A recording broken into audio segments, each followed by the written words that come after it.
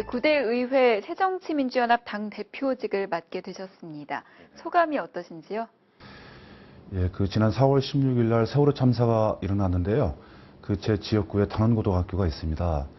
그래서 저는 우리 정치가 세월호 참사를 계기로 해서 이제 달라져야 되지 않냐 이런 생각을 좀 갖고 있었고요. 그런 차원에서 경기도의 다수당인 새정치민주연합의 당대표를 맡게 됐는데, 과거에 우리 정치가 성과 중심이었고, 그 다음에 자본 중심이었다고 한다면, 이제는 사람을 중심에 놓고, 그리고 사람과 사람 사이의 연대를 강조하는 그런 정치가 돼야 된다고 생각을 합니다. 그런 측면에서 어깨가 무겁습니다. 네, 아무래도 또 지역구가 안산시여서 또 더 마음이 아프셨을 것 같습니다. 당 대표 의원으로서 앞으로 이것만은 해내겠다 하는 그런 의제가 있다면 어떤 부분이 있으신지요?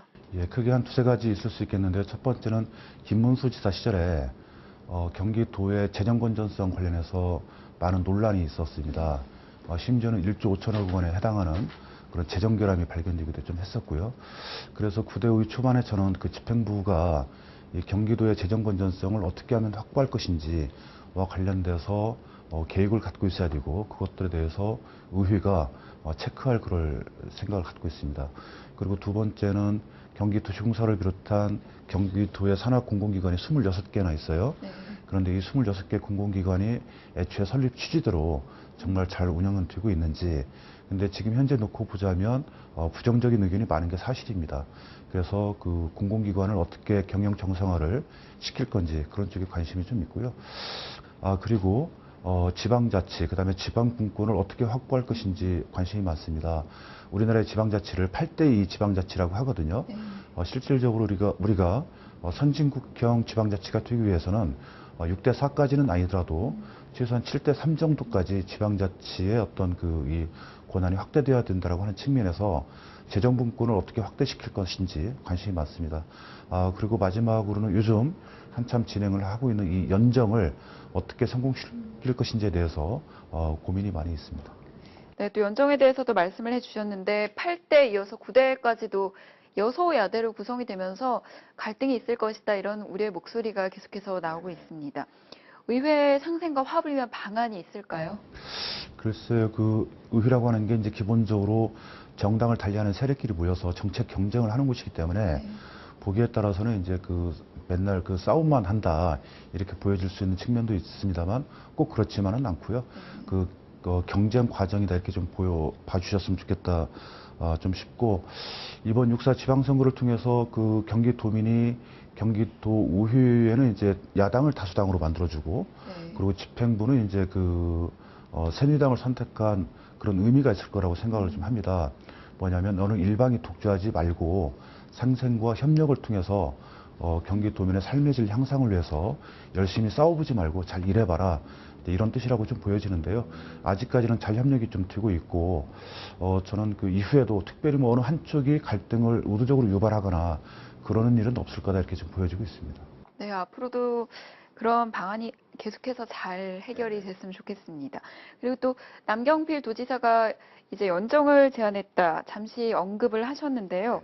근데 이 연정으로 인해서 당내 도의회 역할 축소 이 부분을 우려하는 목소리도 나오고 있습니다. 이에 대한 견해는 어떠신가요? 실질적으로 그런 우려의 목소리가 있는 게 사실입니다. 그런데 저는 이 연정을 한다고 해서 야당 본래의 기능, 그러니까 집행부에 대한 비판과 견제의 기능이 축소된다 이렇게 보여지진 않고 있고요. 다만 야당의 어떤 책임 범위가 그만큼 넓어진다 이렇게 생각을 하고 있습니다.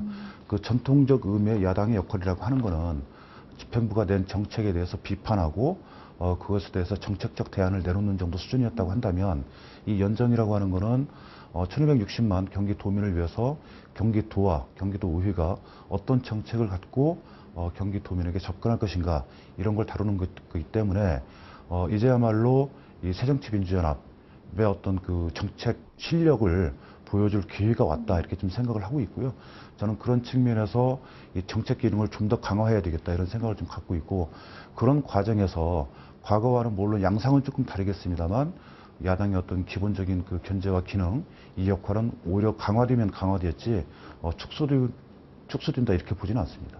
네, 아무래도 책임의 범위가 넓어진다는 그렇죠. 의미는 네네. 분명히 앞으로 의정 활동에 있어서 긍정적인 효과가 있을 그렇습니다. 것이라는 네네. 그런 의미로 네, 생각이 됩니다. 또 지역구가 안산시이신데 아무래도 이 안산시에서 조금 비극적인 그런 사건이 일어나면서 아직까지도 조금 그 여파가 있지 않을까 싶습니다. 이 지역구 안산시에서 꼭 해결하고자 하는 사안이 있으신가요? 네. 우선은 사회자께서도 말씀하셨던 것처럼 세월호 참사로 인해서 안산 지역 전체가 슬픔에 빠져 있고 그야말로 트라우마에 휩싸여 있는 그런 상황인데요. 이 안산의 그 지역 공동체를 하루빨리 회복시켜야 될 것 같습니다. 그래서 그런 측면에서 연정의 내용에도 네. 그런 부분이 좀 들어가 있고요. 또 하나는 이제 제 지역구인 단원고등학교를 하루빨리 정상화시켜서 우리 아이들이 슬픔을 잊고 정상적인 수업이 가능할 수 있도록 단원고등학교를 정상화시키는 문제에 관심을 갖고 있고요.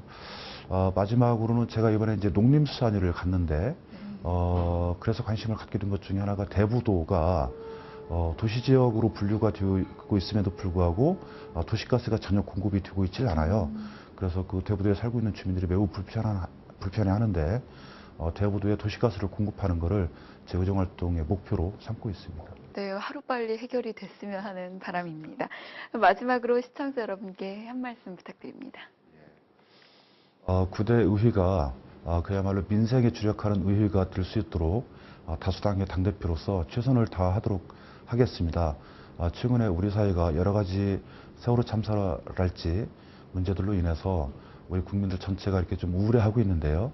그러나 정치가 결국은 우리 국민들한테 좋은 모습을 보여줘야 된다고 생각을 하고 있기 때문에 경기도에서부터 먼저 그리고 경기도 의회가 먼저 나서서 상생과 협력에 기반한 도민의 삶의 질 향상을 위해서 노력하도록 하겠습니다.